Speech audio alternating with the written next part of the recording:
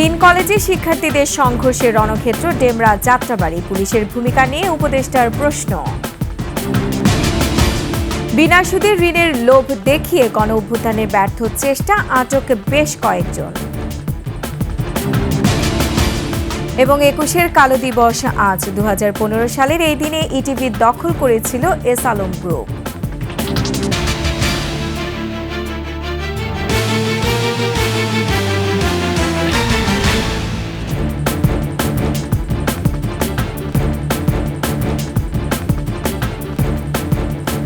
শুনছিলেন সংবাদ শিরোনাম। আমন্ত্রণ ২১শে সংবাদে, সাথে আছে আমি রোমান আলী। দর্শক, ২১শে টেলিভিশনের সংবাদ একই সাথে সরাসরি দেখতে পাবেন আমাদের ফেসবুক পেজ www.facebook.com/124 অনলাইনে। এছাড়া সাবস্ক্রাইব করতে পারেন www.youtube.com/@21 চ্যানেলে। তিন কলেজের শিক্ষার্থীদের দফায় দফায় সংঘর্ষে রণক্ষেত্রে পরিণত হয় রাজধানীর যাত্রাবাড়ির ডেমরা এলাকা। আহত হয় অনেকে, তাদের মধ্যে কয়েকজনের অবস্থা আশঙ্কাজনক। হামলায় তিন শিক্ষার্থী নিহত হওয়ার দাবিকে অপপ্রচার উল্লেখ করে এ ধরনের কোনো ঘটনা ঘটেনি বলে জানিয়েছে পুলিশ। এর আগে টানা ৩ ঘণ্টা ধরে চলে সংঘর্ষ। পরিস্থিতি নিয়ন্ত্রণে সেনাবাহিনীর পাশাপাশি র্যাব, এপিভিএন ও পুলিশের পর মোতায়েন করা হয় ৬ প্লাটুন বিজিবি। বন্ধ ঘোষণা করা হয়েছে কবি নজরুল ও সোহরাওয়ার্দী কলেজ। এদিকে ভাঙচুর ও গুলি ভর্তি ম্যাগাজিন চুরির অভিযোগে বিভিন্ন কলেজের শিক্ষার্থী সহ ৮,০০০ জনের বিরুদ্ধে মামলা করেছে পুলিশ। মাহতাব মিনহাজের রিপোর্ট।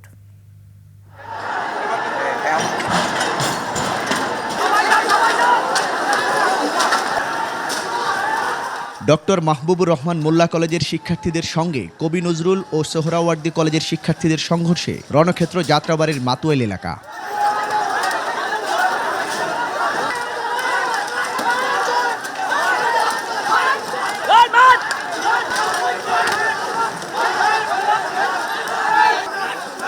টানা ৩ ঘণ্টা ধরে দফায় দফায় চলে সংঘর্ষ।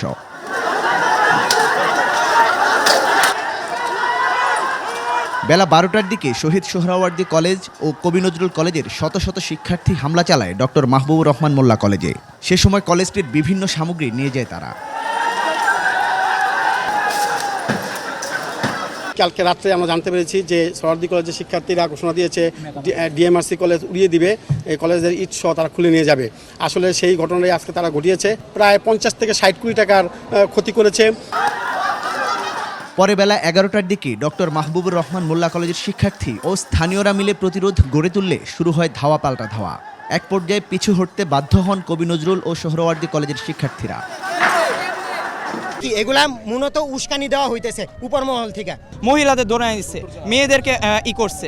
এরকম তো আমরা চাই না। আমরা তো ওদের কারো কিছু করিনি। আমরা বলতে পারবে না যে আমরা কাউকে নিহত বা আহত করছি। সংঘর্ষের পর পরিস্থিতি স্বাভাবিক হলে ঘটনাস্থলে আসে পুলিশ। সে সময় তাদের উদ্দেশ্য করে ভুয়া ভুয়া স্লোগান দেয় শিক্ষার্থীরা। পরিস্থিতি নিয়ন্ত্রণে সেনাবাহিনীর পাশাপাশি রয়েছে র্যাব, এপিবিএন ও পুলিশের কয়েকশো সদস্য। রোববার ভুল চিকিৎসায় অভিজিৎ হাওলাদার নামে এক শিক্ষার্থীর মৃত্যুর অভিযোগের জের ধরে পুরান ঢাকার ন্যাশনাল মেডিকেল কলেজ ও সোহরাওয়ার্দী কলেজে ব্যাপক ভাঙচুর ও লুটপাট চালায় মাহবুব রহমান মোল্লা কলেজের শিক্ষার্থীরা। মাহতাব মিনহাজ, ২১ টেলিভিশন, ঢাকা। এদিকে যথাযথ ব্যবস্থা নিতে পুলিশের দুর্বলতা থাকায় শিক্ষার্থীদের সংঘর্ষ ঠেকানো যায়নি বলে জানিয়েছেন তথ্য উপদেষ্টা নাহিদ ইসলাম। তবে তিনি এও বলেছেন, গুলি চালালে পরিস্থিতি আরও খারাপ হতে পারত। দুর্বলতা ছিল দেখেই তো আসলে ঘটনাটা সংঘর্ষের দিকে গিয়েছে, এটা তো আমরা স্বীকার করছি। কিন্তু পুরো পুলিশ তো আসলে একটা পুনর্গঠন প্রক্রিয়ার ভিতরে আছে। তো সেই জায়গায় আসলে যখন এত শিক্ষার্থী নেমে এসেছে, পুলিশকে আমরা শিক্ষার্থীদের মুখোমুখি অবস্থানে কিন্তু যদি হতো তাহলে সেটা আরও বেশি খারাপ দিকে যেতে পারত। এই কারণে হয়তো পুলিশ বাধা দেওয়ার চেষ্টা করেছে প্রাথমিকভাবে, কিন্তু শিক্ষার্থীদের সাথে তারা সংঘর্ষে জড়ায়নি।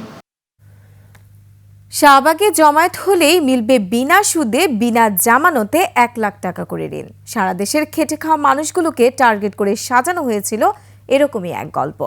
অসহিংস গণ অভ্যুত্থান নামের একটি সংগঠনের সেই গল্পের ফাঁদে পড়ে রোববার রাত থেকে শাহবাগের সমাবেশের জন্য ঢাকা বিশ্ববিদ্যালয় ক্যাম্পাসে আসতে থাকে শত শত লোক। খবর পেয়ে তাদের ফেরত পাঠিয়ে দেয় ছাত্র জনতা ও পুলিশ। এটিকে দেশ অস্থিতিশীল করার ষড়যন্ত্র হিসেবে দেখছে পুলিশ। এদিকে এই সংগঠনের আহ্বায়ক মোস্তফা আমিনকে জিজ্ঞাসাবাদের জন্য পুলিশ হেফাজতে নেওয়া হয়েছে। বিস্তারিত জানাচ্ছেন দীপু শিকদার। গল্পটা এরকম, দেশ থেকে পাচার হওয়া বিপুল অর্থ ফেরত নিয়ে আসবেন ডক্টর ইউনূস। সেই টাকায় বিনা সুদে দেয়া হবে 1 লাখ টাকা থেকে 1 কোটি টাকা পর্যন্ত ঋণ। বিনা সুদে সেই লোন পেতে আবেদন করতে হবে নির্ধারিত ফর্মে। প্রাথমিকভাবে 1000 টাকা দিয়ে শাহবাগে আসতে হবে। যত বেশি টাকা দিয়ে রেজিস্ট্রেশন, তত বেশি মিলবে ঋণ। টার্গেট করা হয়েছিল দেশের খেটে খাওয়া মানুষগুলোকে। সেই প্রলোভনে রোববার মধ্যরাত থেকে বাস, মাইক্রোবাস, পিকআপে করে মানুষ জড়ো হতে থাকে ঢাকা বিশ্ববিদ্যালয়ের টিএসসি এবং শাহবাগ এলাকায়। খবর ছড়িয়ে পড়লে শিক্ষার্থী ও পুলিশ মিলে জড়ো হওয়া লোকজন এবং তাদের যানবাহনগুলো ফেরত পাঠিয়ে দেয়। এই গাড়ি ভাড়া বা যাতায়াত খরচ বা খাওয়া দাওয়া সবকে দিতেছে তাদের একজন নির্দিষ্ট লিডার। তাদেরকে মূলত নিয়ে আসা হয়েছে আপনার 1 লক্ষ টাকা বিনা সুদে ঋণ দেবে। 1000 টাকা 1500 টাকা এরকম পার হেড টাকা দিয়ে সারা দেশ থেকে ঢাকায় তারা লোক আনছে। সেই মানুষকে ভুল বোঝায় তাদেরকে সরাইতে উদ্যান শাহবাগমুখী করে নিয়ে আসছে বিভিন্ন জায়গা থেকে। আসলে এ ধরনের কোনো কার্যক্রম নাই, সরকারিভাবে অনুমোদন নাই বা বিনা সুদে লোন দেওয়ার মতো কোনো কার্যক্রম নাই। শাহবাগে জড়ো হওয়া লোকজনের দাবি, বিনা সুদে ঋণ দেওয়া হবে জেনেই তারা ছুটে এসেছিলেন।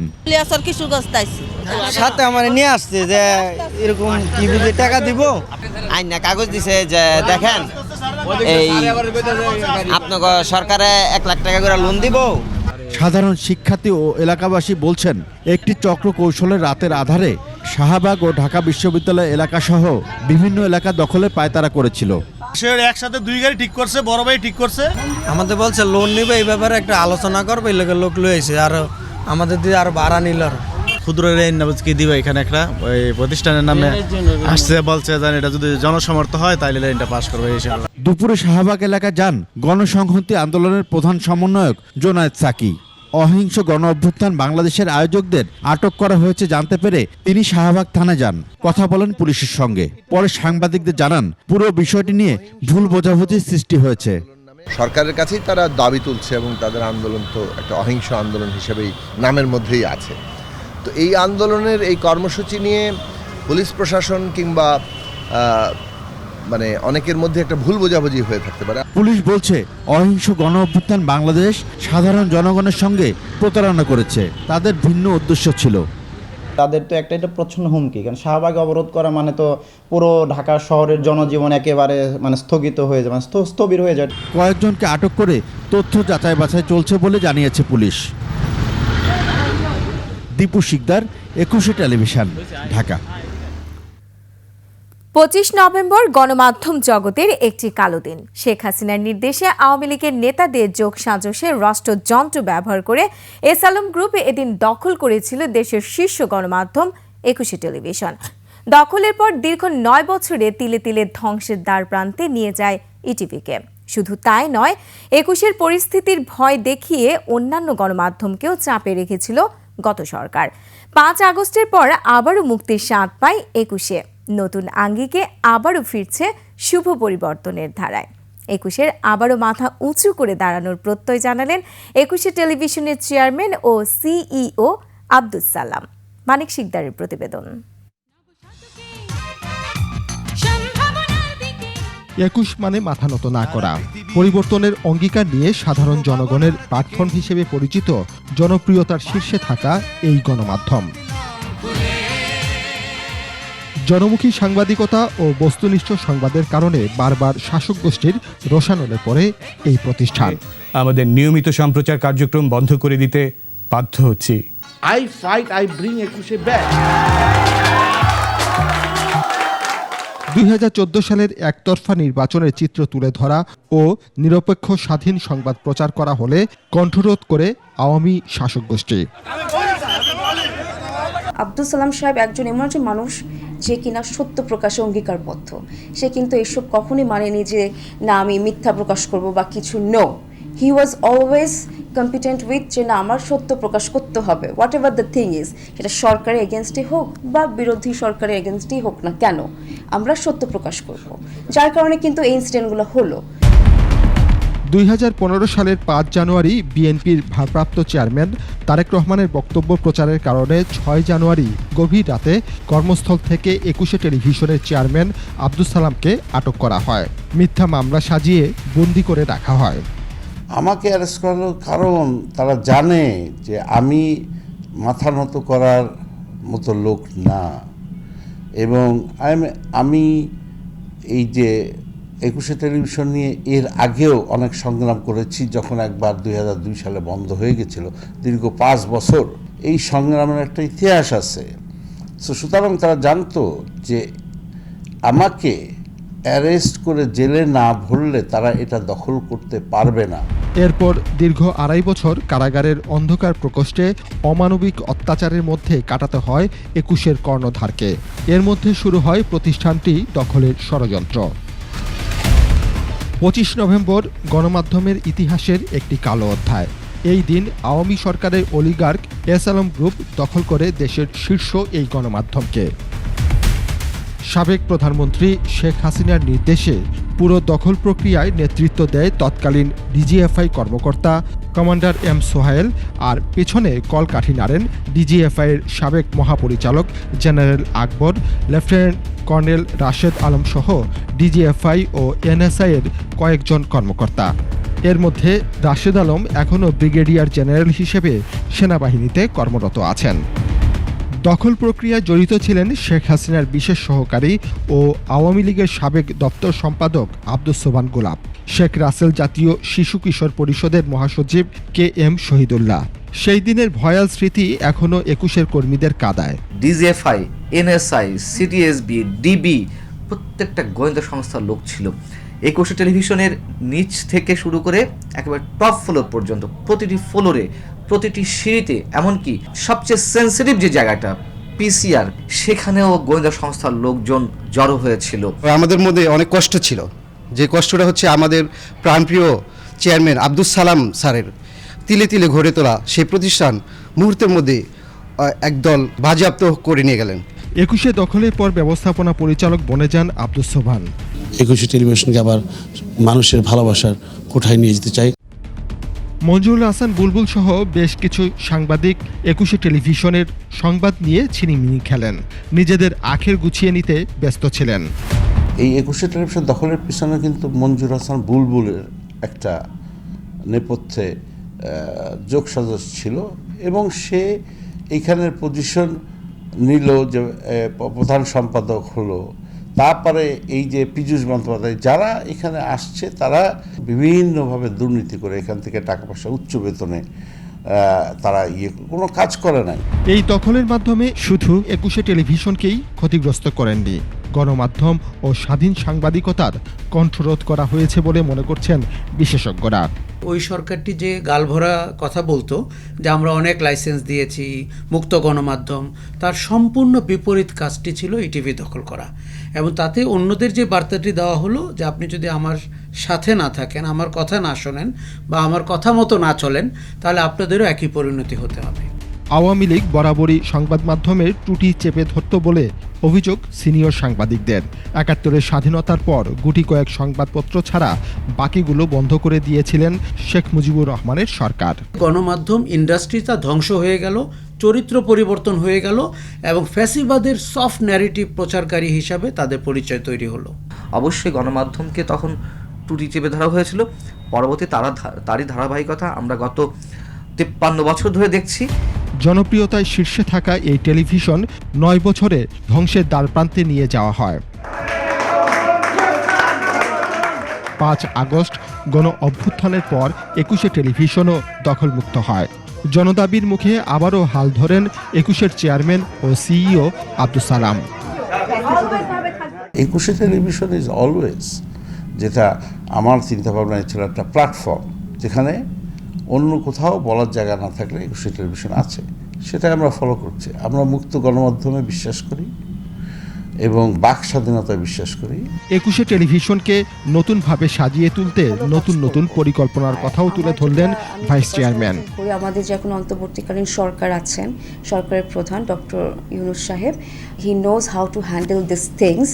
তো আমার একটাই চাওয়া সবার কাছে, যে ওনার কাছে স্পেশালি, যে এই যে কাজগুলো হচ্ছিল, এই গণমাধ্যমকে এভাবে বাকরুদ্ধ করলো বা বিভিন্ন ধরনের তারা প্রতিষ্ঠান যে দখল করেছিল, এই যে এই জিনিসগুলো হচ্ছিল, এগুলো যাতে পুনরাবৃত্তি না হয়।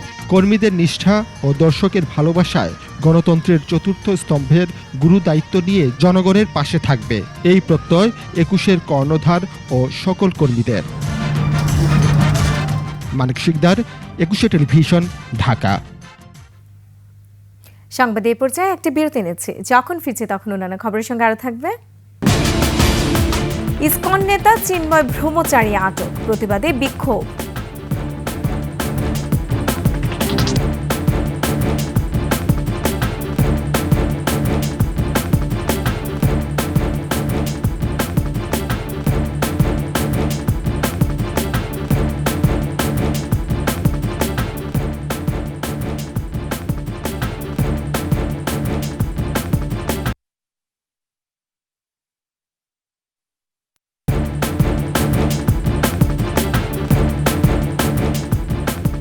বিরতির পর আবার আমন্ত্রণ 21শে সংবাদে। শাহজালাল বিমানবন্দর থেকে সনাতন ধর্মবিশ্বাসী সংগঠন আন্তর্জাতিক শ্রীকৃষ্ণ ভাবনামৃত সংঘ ইসকন নেতা চিন্ময় কৃষ্ণ দাস ব্রহ্মচারীকে আটক করা হয়েছে। বিকেলে বাংলাদেশ পুলিশের গোয়েন্দা শাখা তাকে আটক করে। ইসকন নেতা চিন্ময় কৃষ্ণ দাস ঢাকা থেকে চট্টগ্রামে যাওয়ার উদ্দেশ্যে বিমানবন্দরে গেলে সেখান থেকে তাকে আটক করা হয়। গত 5 আগস্টের পর দেশে সনাতন ধর্মাবলম্বীদের ব্যানারে কয়েক দফা সমাবেশ হয়। সেসব সমাবেশ থেকে চিন্ময় কৃষ্ণ দাস অন্তর্বর্তী সরকারের উদ্দেশ্যে নানা ধরনের হুমকি ধামকি দিয়ে বক্তব্য দেন। পরে তাকে ডিবি অফিসে নেওয়া হয়, সেখানে বিক্ষোভ করেন চিন্ময় ভক্তরা।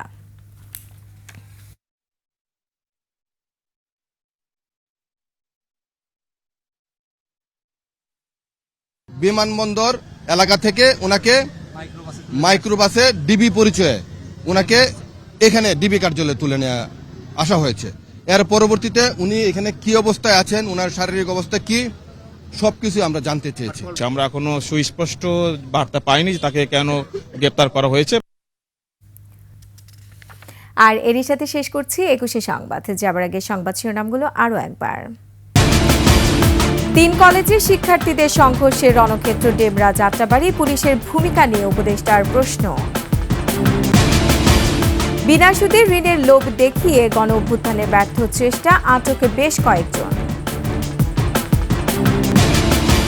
এবং 21শে কালো দিবস আজ। 2015 সালের এই দিনে ইটিভি দখল করেছিল এস আলম গ্রুপ।